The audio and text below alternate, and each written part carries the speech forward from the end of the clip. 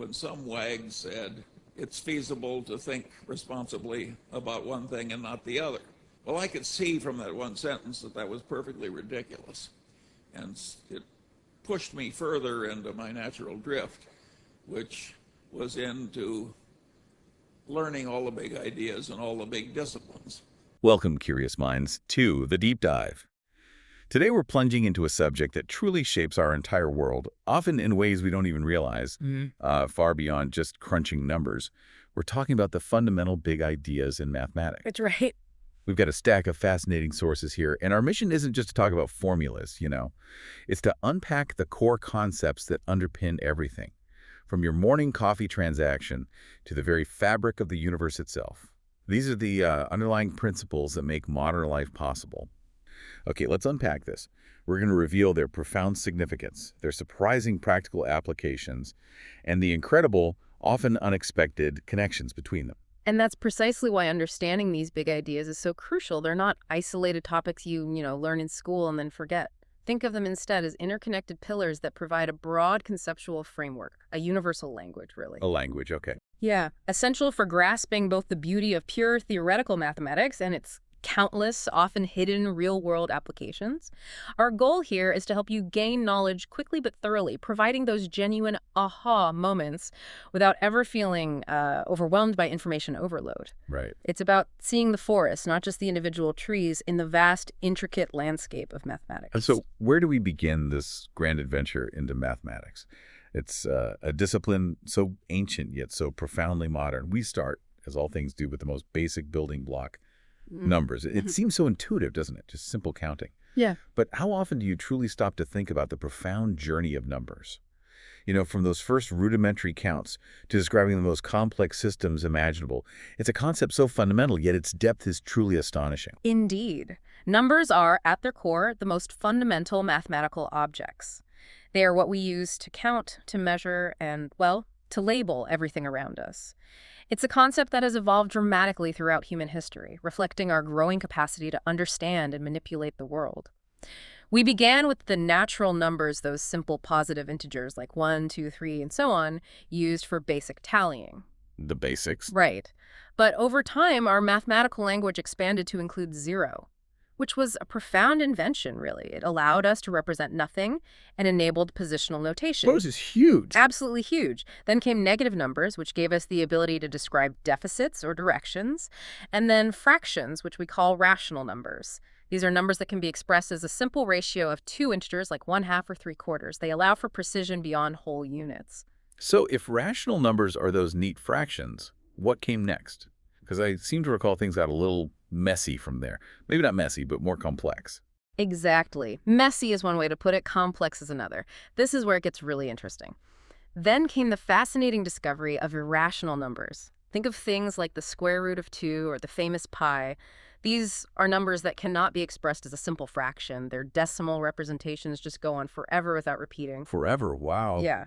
This discovery was quite a shock to early mathematicians, challenging their notions of perfect numerical order. And finally, we arrived at complex numbers, which involve the square root of -1. The imaginary unit. Precisely. These opened up entirely new dimensions and mathematical possibility, proving crucial for fields like electrical engineering and quantum physics. Alongside numbers, we have arithmetic, which is simply the manipulation of numbers through basic operations. Addition, subtraction, multiplication, and division. Right. This stuff we all learn. Exactly. This might sound elementary, something we all learn early on, but arithmetic forms the absolute foundation for all higher mathematics. In fact, within the context of number theory, the study of integers, it's sometimes even referred to as higher arithmetic because of its foundational importance. It's the engine room for the rest of mathematics. So if these are the building blocks, what's the real core insight here? Why does this matter so profoundly beyond just, balancing our checkbooks? The profound insight is this. Numbers aren't just about counting. Their historical expansion reflects humanity's growing capacity to model reality. We went from the concrete objects we can see to the impossibly small, the immeasurable, or even the purely theoretical. Okay. This fundamental evolution in understanding quantity has fundamentally reshaped our understanding of existence itself. Numbers are, quite simply, the language of quantity and scale.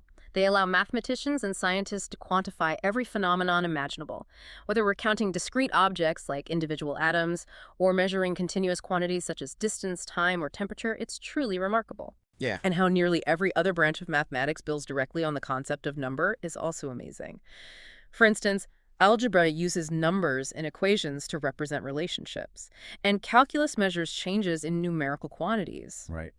In the realm of pure mathematics, the study of numbers, known as number theory, delves deep into the fascinating properties of integers and the intricate relationships between them. Carl F. Gauss, the renowned German mathematician famously called mathematics the queen of the sciences, and number theory is the queen of mathematics.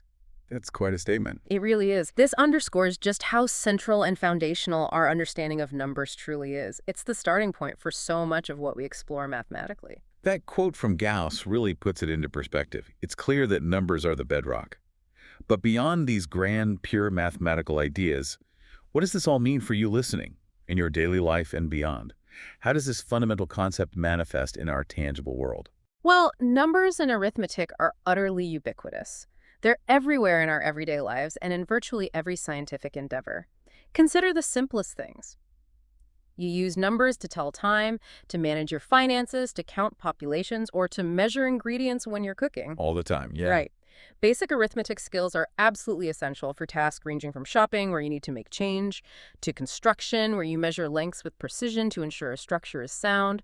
We rarely stop to think about the billions of calculations happening around us every second that are based purely on arithmetic. It's invisible infrastructure almost. Exactly. In science and engineering, the reliance on numbers is even more profound. All experimental sciences depend entirely on quantitative measurements, whether it's length, mass, temperature, or any other physical property. These measurements are, by definition, expressed as numbers. Engineers use numbers for every calculation imaginable: forces, material quantities, electrical units. It's hard to conceive of any calculation in design or analysis that isn't fundamentally numerical. Okay, so science and engineering are built on it. But you mentioned something surprising before. Yes, and here's where it gets truly surprising. Pure number theory.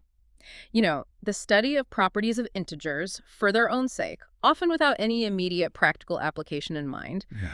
It finds incredibly heavy and critical use in modern technology, specifically in cryptography. Cryptography, Yeah. like internet security. Exactly like internet security. Take modern systems like RSA encryption. This system relies entirely on the unique properties of prime numbers only divisible by 1 in themselves. In RSA, a public key, which you might encounter every time you securely browse a website, is generated from 2 very large secret prime numbers. Secret primes, okay. Very secret and very large. The security of the entire system depends on the sheer difficulty of factoring their product, a massive composite number, back into those original 2 primes. For extremely large numbers, this factoring problem is computationally infeasible, even for the most powerful supercomputers. It's essentially a one-way function. It's an incredibly direct and elegant application of the theory of integers, specifically properties of primes, to protect our digital communications and ensure our privacy online. It shows how even the most abstract mathematical ideas, pursued for their inherent beauty, can have the most concrete and vital real-world impact. That transition from abstract primes to securing our digital world is genuinely mind-blowing. It really highlights how these deep mathematical ideas can have such practical, everyday impact. Now, let's move beyond specific numbers to something even more abstract, yet incredibly powerful: capturing patterns and relationships. Here's where it gets really interesting. We're talking about algebra. Algebra is indeed one of the broadest and most fundamental areas of mathematics. At its heart, it deals with symbols and the precise rules for manipulating those symbols. In elementary algebra, the kind you might have encountered in school, symbols like X and Y stand for numbers. Right, finding X. Exactly, finding X. These symbols allow us to form equations that describe relationships, such as finding X in a simple equation like 2x plus 3 equals 7. But algebra's scope extends far beyond just solving for X. In a general sense, algebra provides a unifying language, a universal framework to represent patterns, solve equations, and study mathematical structures. So we're not just talking about solving for X anymore, are we? What kind of deeper structures are we talking about when you mention abstract algebra? That sounds, well, abstract. That's a great question. And yes, it is abstract, but incredibly powerful. It ranges from those simple equations all the way to abstract algebra, which delves into the study of complex structures like groups, rings, and fields. Without getting too deep into the definitions right now, think of these as mathematical containers or frameworks that capture different kinds of symmetry, order, or relationships. Okay, like different rule systems. Kind of, yeah. For example, group theory studies structures related to symmetry operations. Think about the rotational symmetries of a snowflake, or, much more complexly, the fundamental symmetries in particle physics. Essentially, algebra is the systematic study of mathematical symbols and the rules for manipulating them. And it is truly a thread that runs through almost all of mathematics, connecting disparate concepts. So why does it matter so much? Why move from concrete numbers to these abstract symbols? The profound insight here is that algebra provides the intellectual leap from specific calculations to universal truths. Universal truths, okay. Yes. It allows us to describe the unchanging skeletons of nature's processes and unlock solutions across seemingly disparate fields. Its power lies in its ability to allow us to formulate general laws and solve problems systematically. By using symbols, we can describe unknown quantities and their relationships in an incredibly concise and powerful way. This symbolic representation is absolutely crucial for everything from basic problem solving to the formulation of fundamental scientific laws. Like E-MCS counter. Exactly. Think about perhaps the most famous equation in the world. E equals mc². That's an algebraic relation, linking energy, mass, and the speed of light. Without algebra, expressing such a profound concept so elegantly and precisely would be, well, pretty much impossible.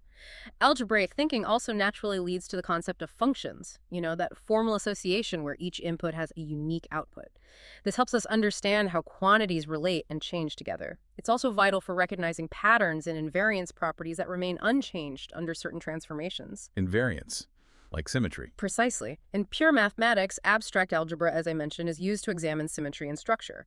For example, the intricate symmetry of a snowflake or the complex structure of a molecule can be rigorously studied using group theory, which is a powerful algebraic framework. And many deep results in mathematics, such as the famous Fermat's last theorem, a statement about integers, ultimately required incredibly sophisticated algebraic structures and techniques to prove.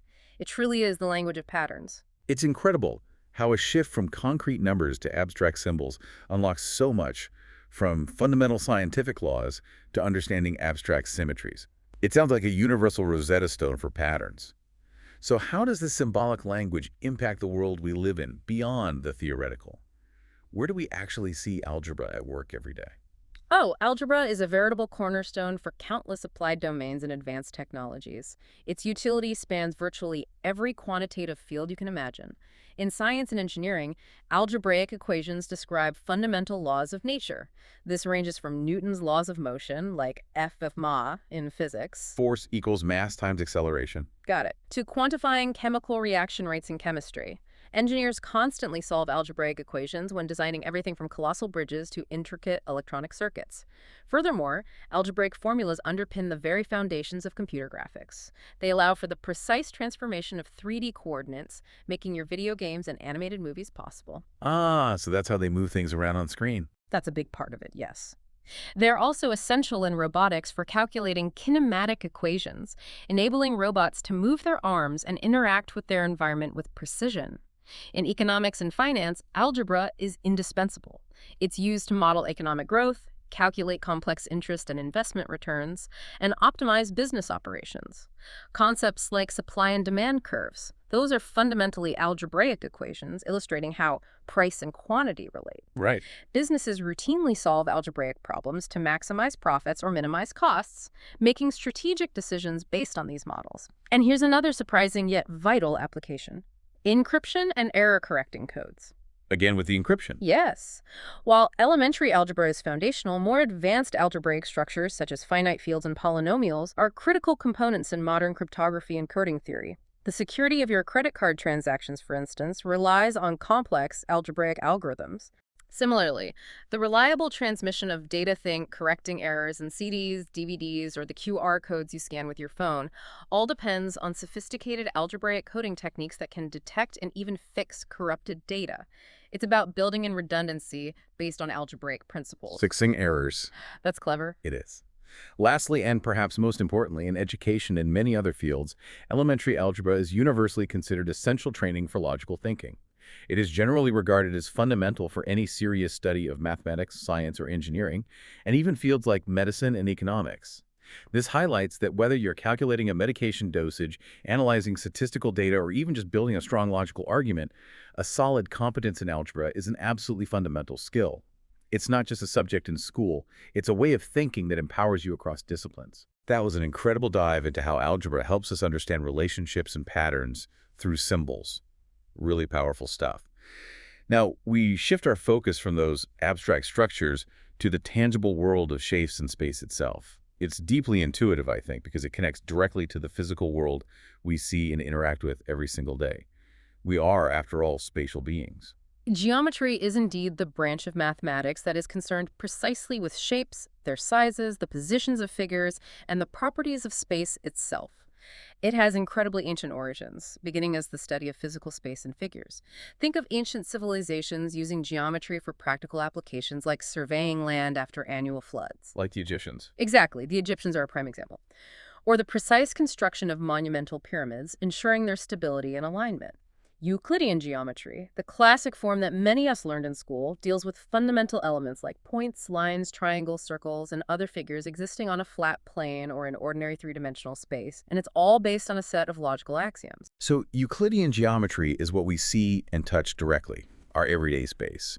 But I know geometry has evolved a lot since the ancient Greeks. Where has it gone? Are we talking about higher dimensions or something even stranger? Exactly. While Euclidean geometry describes our everyday experience very well, over time, geometry has broadened immensely. It now includes the study of higher dimensions. These are abstract spaces beyond our common three, which are actually crucial in theoretical physics, like string theory, and also in computer science for things like data analysis. Higher dimensions. Mind-bending. It can be. It also encompasses curved spaces, which we refer to as non-Euclidean geometries. These are vital for understanding the universe on a grand scale, as we'll see. And there's also topology. It's often considered a modern extension of geometry, which studies properties of space that remain preserved even under continuous deformations, like stretching or twisting an object without tearing or gluing it. The coffee mug and the donut thing. That's the classic example. Topologically, they're the same, because you can deform one into the other without breaking it. What's fascinating here is how geometry helps us visualize and analyze the world in terms of space and form. At its core, it's about understanding spatial relationships and the intrinsic properties of figures. Okay, so why does geometry matter so profoundly beyond measuring things? Well, it is, without a doubt, one of the oldest mathematical disciplines. It is deeply intuitive precisely because it connects so directly to the physical world we observe and inhabit. It provides the essential tools for measuring lengths, areas, and volume skills, absolutely critical for construction, for navigation, and for any form of spatial design. Geometric reasoning also underpins more advanced mathematical concepts. For example, coordinate geometry, also known as analytic geometry. Like plotting points on a graph. X and Y axis. Exactly. It brilliantly merges algebra and geometry by describing shapes using equations. This innovative connection, pioneered by Descartes, was absolutely key to the later development of calculus and, crucially, to modern physics, allowing us to mathematically represent and manipulate physical space. Moreover, understanding geometry leads us to understanding the very shape of the universe. Einstein's theory of general relativity, for instance. Right, gravity. Yes, it tells us that space itself is curved in the presence of mass, a profound concept rooted directly in non-Euclidean geometry. So, geometry effectively bridges our innate intuition about the world with formal reasoning. It helps mathematicians and scientists accurately model anything that possesses a spatial component. It's the framework for describing the where and what shape of everything, from the smallest molecules to the largest galaxies. Geometry is everywhere, literally. Can you give us some standout examples of how it's woven into our lives, perhaps even something we completely take for granted? Absolutely. A perfect, very familiar example that illustrates geometry's power is the Pythagorean theorem. A plus B is C of T. That's the one. You might be familiar with this fundamental result. An illustration would show a visual proof relating the sides of a right triangle. If you imagine a square built on each side of a right triangle, the area of the square on the longest side, the hypotenuse C, is precisely equal to the sum of the areas of the squares on the other two sides, A and B. I remember seeing that visual, yeah. This visual demonstration is a fundamental example of how geometry provides methods to calculate distances and spatial relationships with absolute precision. And it's used in everything from carpentry to complex engineering calculations. Beyond this classic example, consider architecture and engineering. Architects and engineers fundamentally rely on geometric principles to design structures and ensure their soundness. Blueprints for buildings, bridges, and complex machines are essentially highly detailed geometric plans. Geometric calculations are what ensure that buildings are perfectly level, that components fit together precisely, and that loads are distributed properly for structural integrity and safety. Every straight line, every curve, every angle in a building is a testament to applied geometry. Okay, so building stuff. What else? Navigation and astronomy. Geometric concepts like angles and coordinates are absolutely central. Map making, or cartography, is essentially a complex geometric problem. You're projecting the Earth's roughly spherical surface onto flat maps, which inevitably involves geometric distortion. Right, maps are perfect representations. Exactly. And GPS systems, which we rely on daily for everything from finding the nearest coffee shop to navigating complex travel routes, use geometric trilateration to pinpoint your exact location by calculating distances from multiple satellites orbiting Earth. Trilateration. Geometry in my phone. Pretty much. In astronomy, understanding the intricate orbits of planets and the arrangement of celestial bodies relies heavily on geometry. Kepler's laws of planetary motion, for example, are inherently geometric in nature, describing elliptical orbits. Computer graphics and robotics are also driven by digital geometry. The realistic 3D shapes you see in video games and animated movies are simulated by computers using geometric transformations to render scenes. All those polygons. Every polygon and vertex on your screen is a geometric construct, yes. Robots, similarly, use geometry to navigate their environments and manipulate objects. They understand the world through sensors that measure shapes and distances, calculating collision avoidance and optimal paths. Even in art and nature, geometry is pervasive. Artists consciously use geometric concepts like perspective and symmetry to create visually pleasing and balanced compositions. Think of the golden ratio in classical art. Right. And in nature, countless patterns from the perfect hexagons of a honeycomb, which are the most efficient shape for packing. Bees are mathematicians. In a way, yes. To the elegant spiral of a seashell following a logarithmic curve, or the intricate fractal-like symmetry of a snowflake, all can be understood and described geometrically. Even our inherent human understanding of space, our spatial intelligence, is essentially a form of geometric reasoning.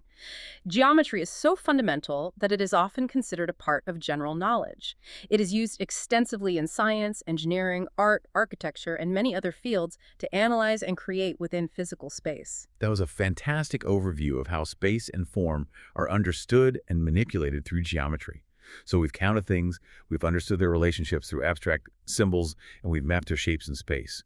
But what about when things are in motion, when they change continuously? What about growth, decay, acceleration? That brings us to calculus, the truly dynamic aspect of mathematics. You've hit upon a critical point. Calculus, which is part of the broader field of mathematical analysis, is precisely the branch of mathematics that studies continuous change. Where algebra might solve a static equation, calculus provides the powerful tools to handle quantities that vary, often as functions of time or other parameters. It's essentially about how things move, grow, shrink, or transform smoothly and continuously. Smoothly and continuously. Exactly. Calculus is primarily divided into two main areas. First, there's differential calculus. This focuses on rates of change and the slopes of curves. This involves the concept of the derivative, which tells us the instantaneous rate at which something is changing at a specific point. Like the speed of a car right now. Precisely. If you know a car's position over time, the derivative tells you its instantaneous speed at any moment. Second, we have integral calculus. This deals with the accumulation of quantities and the areas under or between curves. This involves the concept of the integral. So if you know the speed, you can find the distance traveled. Exactly. If you know a car's speed over time, the integral can tell you the total distance it traveled. These two seemingly distinct parts are elegantly connected by the fundamental theorem of calculus. The fundamental theorem sounds important. It is. It shows they're essentially inverse operations of each other. Calculus also rigorously formalizes concepts like limits and infinite series, bringing precision to previously somewhat vague ideas. In essence, calculus allows mathematicians to work with motion, growth, and anything that changes smoothly by breaking such problems into infinitely small pieces, analyzing those pieces, and then summing up the results. That's a mind-bending concept, Wow. breaking something into infinitely small pieces. So what's the big picture insight here? You mentioned it unlocks understanding of dynamic processes. What's the profound shift calculus brought? The profound insight is that calculus isn't just about motion, it's the mathematical language that gave humanity the power to predict the future of dynamic systems. Predict the future. Yeah. Wow. Well, within the limits of the models, yes.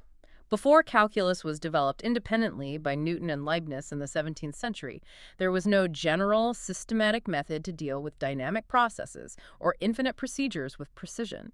Calculus provided the essential mathematical backbone for addressing problems where variables change continuously. This breakthrough made it possible to formulate the laws of physics. Like Newton's laws, Maxwell's equations. Exactly. Describing gravity and planetary orbits, or how light and radio waves behave in incredibly precise mathematical terms. In pure mathematics, the field of analysis, which includes calculus and extends to topics like differential equations and Fourier analysis, explores the deep properties of functions and continuity, delving into concepts like convergences and singularities. The rigor introduced by calculus, particularly through the concept of limits, pushed mathematics to unprecedented levels of precision. Without calculus, modern science and engineering as we know them simply would not exist. With it, we gain the ability to predict planetary orbits, optimize complex engineering systems, and even understand the spread of diseases through the use of differential equations. This sounds incredibly powerful, unlocking a whole new level of understanding for dynamic systems. You mentioned predicting the future. Can you walk us through some concrete ways it impacts our world directly, beyond just planetary orbits? Where do we see it? Certainly. Let's start with a visual illustration to grasp differential calculus. Imagine a smooth blue curve representing something continuously changing, perhaps the growth of a population over time, or the speed of a car over a journey. Okay, I can picture that. Calculus gives us the tools to find the precise, instantaneous rate of change at any point on that curve. Visually, this is like drawing a perfectly straight line that just touches the curve at that single point. A tangent line. Exactly, a tangent line. And its slope represents the function's instantaneous rate of change. So you can see exactly how fast something is changing at any given moment. Calculus provides the rigorous tools to quantify such changes with immense accuracy. Okay, so measuring instantaneous change, where is that applied? The applications are pervasive. In physics and engineering, virtually all physical laws are expressed using calculus. Maxwell's equations, describing electricity and magnetism, or the equations of fluid dynamics used to design airplane wings and predict weather patterns, are prime examples of differential equations. Engineers use calculus extensively to determine changing forces and structures, to design the aerodynamic curves and surfaces of automobiles and airplane wings for maximum efficiency. So like shaping a car for less wind resistance. That's a perfect example. And also to accurately model complex systems like heat flow in buildings or intricate electrical circuits in your devices. In biology and medicine, calculus is indispensable for modeling dynamic processes. It helps us model population dynamics, understanding how populations grow or decline over time under various conditions. It's crucial for understanding the spread of epidemics, allowing public health officials to predict and mitigate outbreaks, calculating the rate of infection. Very relevant lately. Indeed. It also models changes in biomolecule concentrations within cells and how drugs are metabolized in the body. Furthermore, in medicine, calculus underpins advanced imaging technologies. For instance, the algorithms used in CT and MRI scans rely on sophisticated integral transforms, a form of advanced calculus, to reconstruct detailed three-dimensional images of the body's internal structures from many two-dimensional slices. So calculus helps doctors see inside us. In a very real sense, yes, the math makes it possible. Economics and finance also rely heavily on calculus. Economists use derivatives to find optimal solutions, such as maximizing profit or minimizing costs in business operations, often referred to as marginal analysis, looking at the impact of one additional unit.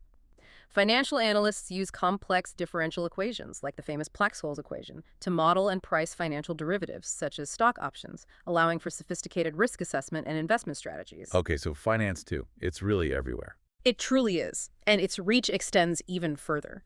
Any field that needs to model a continuous process likely uses calculus. In computer graphics, calculus is used for rendering realistic curves and surfaces, like splines, and for simulating realistic light reflections and refractions, making virtual worlds come alive. In the rapidly evolving field of machine learning and artificial intelligence, AI, right? yes, continuous optimization algorithms rely heavily on gradients, which are derived from calculus, to train models and enable sophisticated predictions. For example, in image recognition or natural language processing. Even in the social sciences, researchers employ calculus-based models to understand phenomena like the spread of information or trends over time. Calculus is widely used in science, engineering, biology, and even has applications in social science. Its power to model and predict continuous change makes it truly indispensable for understanding both the natural and the man-made world. We've just navigated the fascinating world of continuous change with calculus. That was really illuminating. But what about when things are, well, uncertain? What about randomness? When outcomes aren't perfectly predictable, or when we're dealing with vast amounts of data? This leads us to the crucial big ideas of probability and statistics, which are absolutely vital in understanding our often unpredictable world. You're right. Probability and statistics are the mathematical tools specifically designed for understanding and managing uncertainty. They're distinct but highly complementary fields. Probability theory is the branch of mathematics that deals with random events and quantifies the likelihood of different outcomes. Like rolling dice or flipping a coin. Exactly. It provides a formal framework using concepts like probability distributions, random variables, and stochastic processes to measure how likely certain events are. For instance, the 50% chance of a fair coin landing heads, or the probability of a certain hand in poker. And statistics, then, is about applying that theory to real-world data, right, to make sense of the messiness. Precisely. Statistics, on the other hand, is the discipline primarily concerned with collecting, analyzing, and interpreting data. If probability is about predicting the likelihood of outcomes given a theoretical model, what should happen in a perfectly random world, statistics is often about inferring patterns and drawing conclusions about reality from observed, often imperfect data. Okay. It applies probability theory to make sense of samples, drawing inferences about larger populations. In short, probability gives us the theoretical framework of chance, while statistics provides the practical methods to make sense of data and variability in the real world. So why does this combination matter so much? Why do we need ways to deal with uncertainty mathematically? The core insight here is that while mathematics is often seen as the logic of certainty, statistics is really the logic of uncertainty. The logic of uncertainty, I like that. Right. Many processes in the real world are fundamentally non-deterministic. Think about rolling dice, predicting weather patterns, the constant fluctuations in stock markets, or the unpredictable spread of disease outbreaks. Probability theory allows mathematicians and scientists to model this inherent randomness instead of simply ignoring it or treating it as a nuisance. For example, quantum mechanics, a fundamental pillar of modern physics, is inherently probabilistic in its description of subatomic particles. Wow, even physics at that level is probabilistic. Fundamentally so. Statistics, meanwhile, empowers us to make informed decisions in the face of this uncertainty by helping us extract meaningful signals from noisy or incomplete data. It's the bedrock of the scientific method itself. When researchers conduct experiments or clinical trials, statistical methods are used to determine whether the results are statistically significant. Meaning, it wasn't just luck. Exactly. Meaning they likely reflect a real effect and aren't simply due to chance. It tells us how much confidence we can have in our findings. In pure mathematics, probability theory has yielded incredibly elegant theoretical results, like the law of large numbers. Which says averages stabilize over time. Roughly, yes. It explains why averages from random events stabilize over many trials, or the central limit theorem, which shows why many natural phenomena, when averaged, tend to follow that particular bell curve distribution. Essentially, probability and statistics together form a crucial bridge between the precise world of mathematics and the inherent variability of the real world, enabling us to make predictions and sound decisions even when outcomes aren't certain. This is everywhere. From your phone tracking usage data to a doctor's office interpreting test results, impacting so many decisions we make. It sounds like the language of big data. Tell us more about where we encounter these concepts in our daily lives and in vital industries. Let's consider a visual illustration that you've undoubtedly seen. The bell curve, also known as the normal distribution. Ah, yes, the bell curve. It's a fundamental probability distribution that arises frequently in statistics. For example, Characteristics like human height, IQ scores, or the measurement errors in scientific experiments often follow an approximate normal distribution. Probability theory models these random phenomena, describing the likelihood of different outcomes, and statistics then uses such models to interpret the collected data. So when you see a bell curve, you're seeing probability and statistics working hand in hand to describe variability and make sense of large data sets. Okay, so it describes common patterns in data. Where else? Their applications are truly widespread. In science and medicine, probability and statistics are absolutely critical. Scientists design experiments and clinical trials using statistical principles to ensure that their observations are meaningful and reliable. For instance, medical trials use probability to randomize treatments to patient groups, ensuring fairness and preventing bias, and then apply statistical analysis to determine with a high level of confidence if a new drug works better than a placebo, or if a new therapy is truly effective. So statistics tells us if a medicine actually works. It's the key tool for that, yes. Fields like genetics and epidemiology rely heavily on the statistical analysis of vast data sets to find patterns, such as the heritability of traits or the dynamics of disease spread within populations. In engineering and quality control, statistical methods are fundamental for analyzing measurements and managing variability in manufacturing processes. Companies use statistical process control to monitor production lines and identify potential defects early. Like making sure parts are the right size consistently. Exactly. Concepts like Six Sigma, a widely adopted methodology for improving business processes, use statistics extensively to reduce defects and improve product quality and efficiency. In civil engineering, probability models help engineers assess risks, such as the probability of extreme floods or earthquakes, when designing critical infrastructure like bridges and dams. Planning for the worst case scenario, basically. Using data to estimate how likely that scenario is, yes. Finance and economics also depend heavily on these fields. Probability and statistics form the backbone of actuarial science. Insurance, right? Yes, which involves calculating insurance risks and premiums. They use historical data to predict future claims. They're also vital for financial market analysis. Investors use probabilistic models for pricing complex financial derivatives and to assess risk, often employing value-at-risk models to quantify potential losses. Economists analyze vast data sets on unemployment rates, GDP, and other indicators using statistical regression to infer relationships between variables and guide economic policy decisions. So it drives policy. It certainly informs it heavily. With the exponential growth of big data, statistical thinking has become more important than ever in data science and technology. Internet companies routinely use statistics to analyze user behavior, perform A/B testing on new features to see what works best. Like showing different website versions to users? Exactly that, to see which performs better statistically. And personalize content for individual users.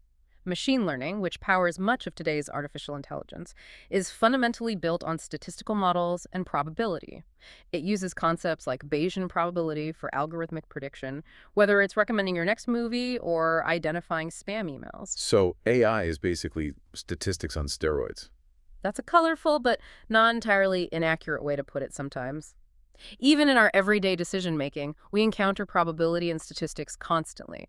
Think about polling and survey results in politics, or weather forecasts that give you a 20% chance of rain. You're implicitly using probabilistic reasoning. Yeah. Understanding basic probability helps individuals make sense of risks, whether it's evaluating medical test results to understand false positives or negatives, or understanding the odds of winning a game of chance. In a world full of uncertainty, probability and statistics are truly our guides to reasoning wisely and making data-backed decisions. We've explored quantity, relationships, space, change, and uncertainty. That's a vast and incredible edifice of knowledge, almost dizzying in its scope. Yeah. But what ensures that all of this is sound, consistent, and provable? What is the very bedrock of mathematics itself, preventing it from being just a collection of clever ideas? That brings us to logic and foundations. That's an excellent question that takes us to the very root of mathematical certainty and the structure of proof. Mathematical logic is the formal study of reasoning within mathematics itself. It deals with the principles of valid inference, what makes an argument sound, the precise structure of statements and proofs, and the axiomatic frameworks that underlie all mathematical theories. Axioms, like the basic assumptions. Exactly, the starting assumptions you don't prove, but just accept to build everything else upon. This field encompasses topics like propositional and predicate logic, which are formal systems for dealing with true-false statements, as well as proof theory, which studies the very nature of proofs, and computability, which explores the limits of what can be calculated. Okay, so logic studies the rules of the game, essentially. In a sense, yes. Closely related, and indeed often considered the foundation of mathematics, is set theory. Set theory studies collections of objects known as sets. It has become the standard language in which virtually all mathematical concepts are defined. In fact, modern set theory serves as a common foundation for all of mathematics, meaning that numbers, functions, geometric shapes, and many other mathematical objects can all be constructed or described in set theoretic terms. It provides a universal language for describing mathematical entities. So everything in math can be boiled down to sets. In the standard foundational view, yes, pretty much. Together, logic and set theory concern the rigorous structure and consistency of mathematics itself. They ask, how do we know something is true in mathematics? And how do we build mathematical knowledge reliably without contradictions? So it's about establishing certainty in a world built on abstraction. What's the core insight here? What did logic bring to the mathematical table that wasn't there before? The core insight is that logic and set theory form the skeleton of mathematics. They ensure its unshakable soundness and explore the capabilities and limits of formal reasoning. A skeleton. Okay. Logic is precisely what makes mathematics an exact science. It allows mathematicians to prove statements beyond any doubt, provided they accept the initial axioms. A mathematical proof is, at its essence, a meticulously constructed chain of logical deductions from accepted axioms and previously proven theorems. By rigorously studying logic, mathematicians ensure that their arguments have no gaps or errors. No loopholes. Exactly, providing an unparalleled level of certainty to their conclusions. This became especially critical in the late 19th and early 20th centuries during what was known as foundational crises. These arose from paradoxes discovered in naive set theory, basically, contradictions that popped up. Paradoxes in math. That sounds bad. It was quite concerning. These crises led to the development of axiomatic set theory and formal logic systems specifically designed to avoid such contradictions and build mathematics on an unshakable foundation, removing any ambiguity. Logic also played a pivotal role in the birth of theoretical computer science. The very idea of algorithms and computation emerged directly from logicians studying the limits of what could be computed. Seminal work by figures like Alan Turing, who devised the abstract Turing machine, essentially formalized the concept of computation, leading directly to the modern computer. So logic led to computers. The theoretical underpinning, absolutely. Logic and set theory ensure that the entire mathematical framework is sound and allow us to explore the inherent capabilities and also the limits of formal reasoning. For example, Gödel's incompleteness theorems. Oh, I've heard of those. They're famous. They are. They're profound results in logic which demonstrate that there are true mathematical statements that, within certain axiomatic systems, cannot be proved. A fascinating insight into the inherent boundaries of formal logic itself. So some true things can't be proven. Mind-blowing. It really is. This sounds incredibly abstract, dealing with the very nature of truth and proof within mathematics. But I suspect it has huge real-world implications, especially in technology, right? Because if math is built on logic, then so are our computers. You're absolutely right. While logic and set theory might seem purely abstract, their practical impacts are immense and underpin much of our modern technological world. The logic used in mathematics is directly applied in computing. Boolean logic, which deals with true-false values and logical operations like AND or R and not. Ones and zeros. Essentially, yes. It's the fundamental basis of all computer circuits and programming. In fact, logic gates are the elementary building blocks of digital circuits. Every single computer chip you interact with, whether in your phone, laptop, or a supercomputer, is essentially a network of millions or even billions of tiny logic gates implementing these Boolean functions at lightning speed. Billions. That's staggering. It is. This means the fundamental correctness and reliability of all hardware and software rests squarely on these logical principles. Formal logic is also extensively used in software engineering for program verification. This involves rigorously proving that a program does exactly what it's supposed to do, which is crucial for safety-critical systems. Like in airplanes or medical devices. Exactly. And in artificial intelligence for knowledge representation and automated reasoning systems that power things like expert systems and certain AI assistants. Beyond technology, logic has also significantly influenced fields like linguistics and philosophy. Logical principles inform the study of grammar and meaning, or semantics in linguistics, helping us understand how language constructs meaning. In philosophy, logic has been a central tool for analyzing arguments from classical times to modern analytic philosophy. And the development of formal logic in mathematics profoundly influenced the philosophy of science and epistemology by clarifying what it means to prove or to know something with certainty. So it helps us think clearly, basically. That's a huge part of it. Within mathematics itself, logic and set theory provide an essential common ground for mathematicians across different fields. When a theorem is proven in, say, geometry or algebra, logic guarantees that, at least in principle, the proof can be traced back to fundamental axioms, often set theoretical ones that everyone agrees upon. A common language again. Yes, this cross-disciplinary consistency is precisely why a set of standard axioms, like Zermelo-Fraenkel set theory with the axiom of choice, is accepted as a universal foundation. It prevents ambiguity about basic mathematical objects and ensures consistency.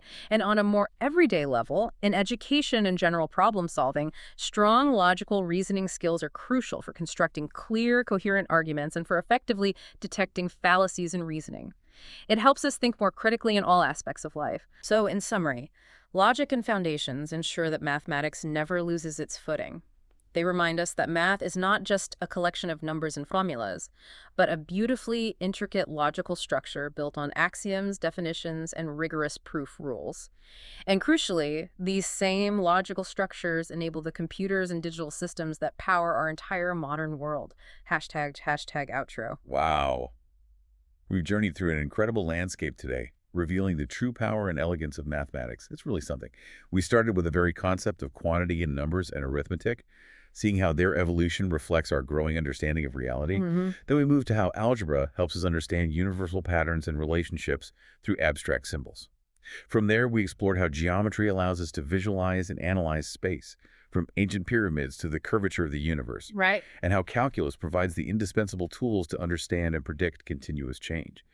We then grappled with uncertainty through probability and statistics, learning how to make sense of randomness and data. Yeah, critical stuff. And finally, we landed on the very bedrock of mathematical truth, logic and foundations, which secure the entire consistent structure of this vast discipline and, remarkably, underpin all of modern computing. Each of these big ideas is a powerful lens, and together they paint an astonishing interconnected picture of how mathematics illuminates our world. So what does this all mean for you listening as you move forward, armed with these profound insights? It means that by understanding these core ideas, you've gained incredibly powerful tools. Not just for abstract thinking, though that's valuable too, but for practical problem solving in countless domains. Mathematics, through these fundamental big ideas, continuously illuminates the world around us. It allows us to describe the intricate laws of nature, to optimize new technologies to an astonishing degree, Right. and to make truly informed decisions in an inherently uncertain environment. It provides an unparalleled framework for understanding and interacting with reality. It's the silent force behind so much of what we experience. Silent force. I like that. So here's a final provocative thought for you to consider. The better we understand these fundamental mathematical concepts, the language of numbers, the logic of patterns, the geometry of space, the calculus of change, and the statistics of uncertainty, the better we truly understand the universe and our own lives within it in a quantifiable, logical way. So next time you encounter a simple number, an algebraic equation on a screen, or even just the shape of a building, consider the deep mathematical ideas at play. Think about the layers underneath, and consider what new insights you might just uncover about the hidden structures of our world.